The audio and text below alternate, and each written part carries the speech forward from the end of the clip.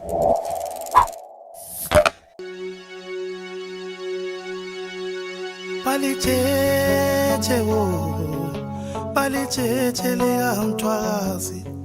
real name, my first name, was Velaphi. That is my first name. Yes. And then when I went to school, I was given a Christian name, Misheck. And then you will find in my ID, I'm Misheck Velaphi. Velaphi is part of my first name. Velaphi is my grandfather. So where did you grow up as a young boy? I grew at Mambale, which is Kezi area, in the Shashi, along the Shashi River. So how was life at that time? Life, I grew like any other boys, though our father died when we were still young. I was about 10 years. That is the 15th of December, 1946. So when did you start saying, or take us to the day when you said, now I'm joining the liberation struggle? The very thing is that when I was a teacher, I will mention this time and again, there was a vision why I found myself in my mind, why should I teach people to be slaves? The very issue was that I had already met Uchikerema, Unyandoro, Solomon Mtswairo at Howard Institute in Mazowe. Then there were two people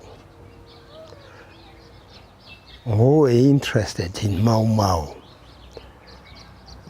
We were Mjaranji, the boarding master, and the Tendere, the farm man.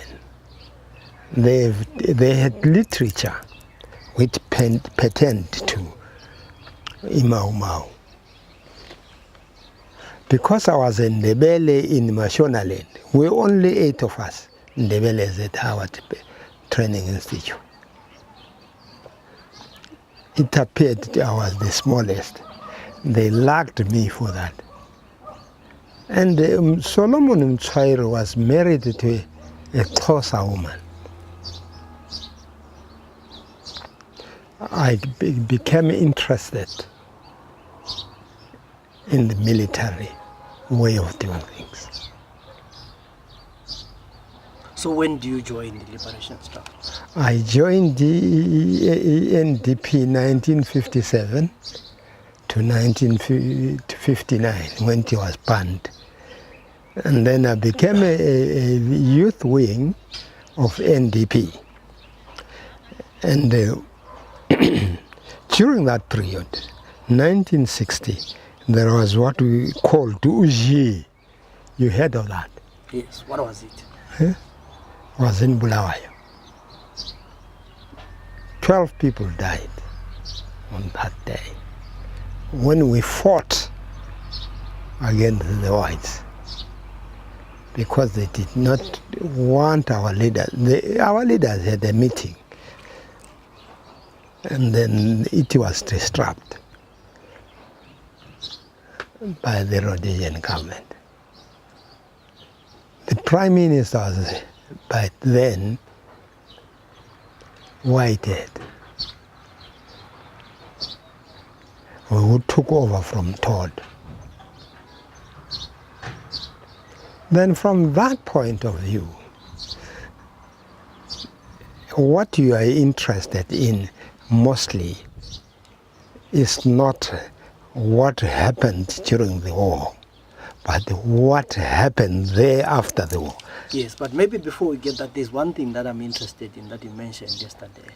I mean, you talk about, did you at one point become Ndabaningi's bodyguard? Because I'm also interested in that history leading to the split of Zambia. Yes, I was there. He was staying in the Africa Hotel when we were staying at Mtoni.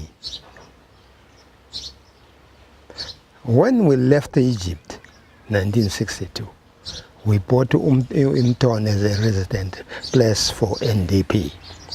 There was no ZAP by that time. The area was headed by Benjamin Mandela, who died outside in Zambia. Have you heard of him? Yes. Yes.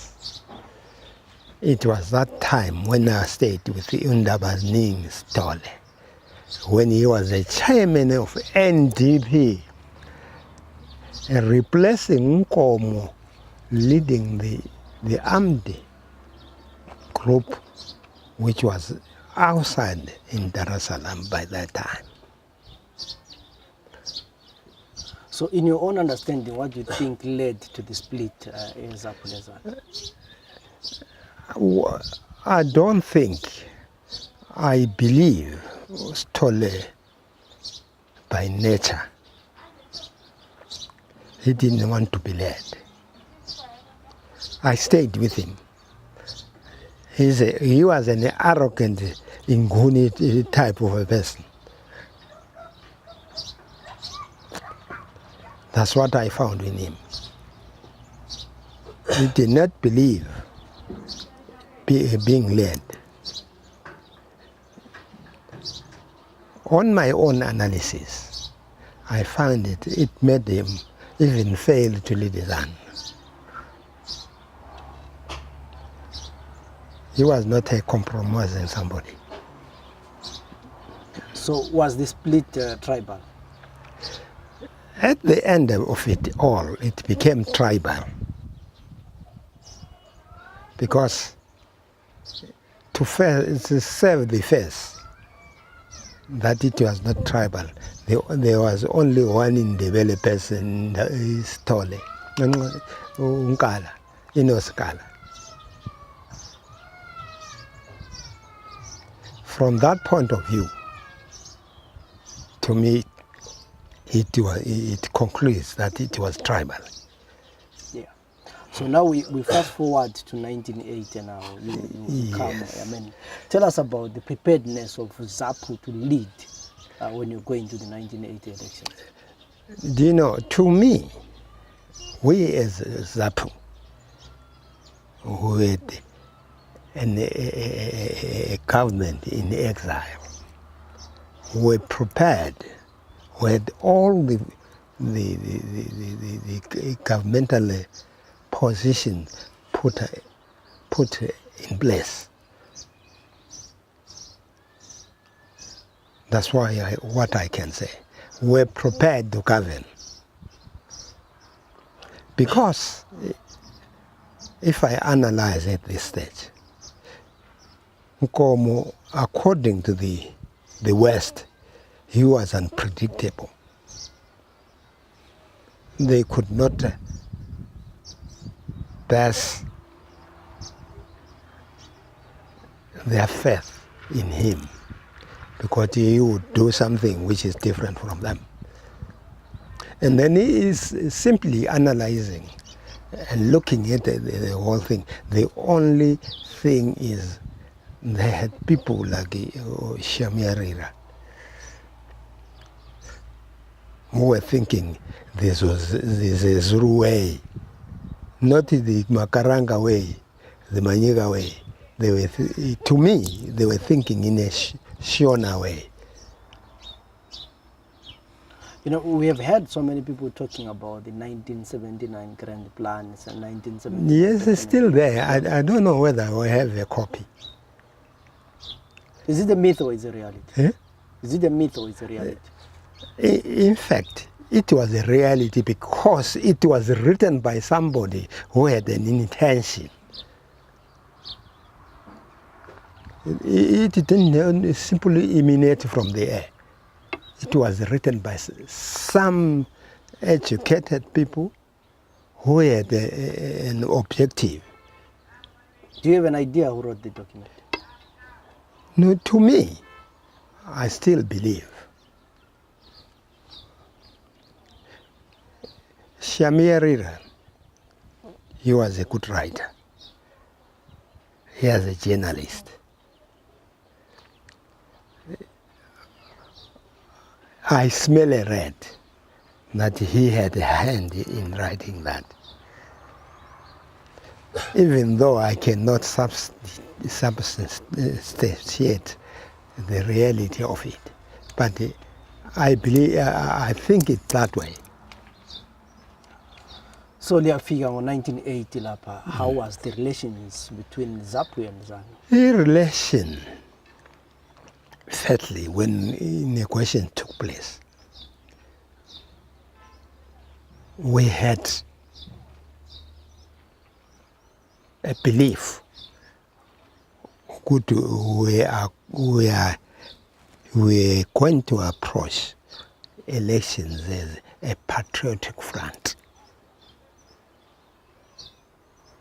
How it changed, it makes me have some beliefs.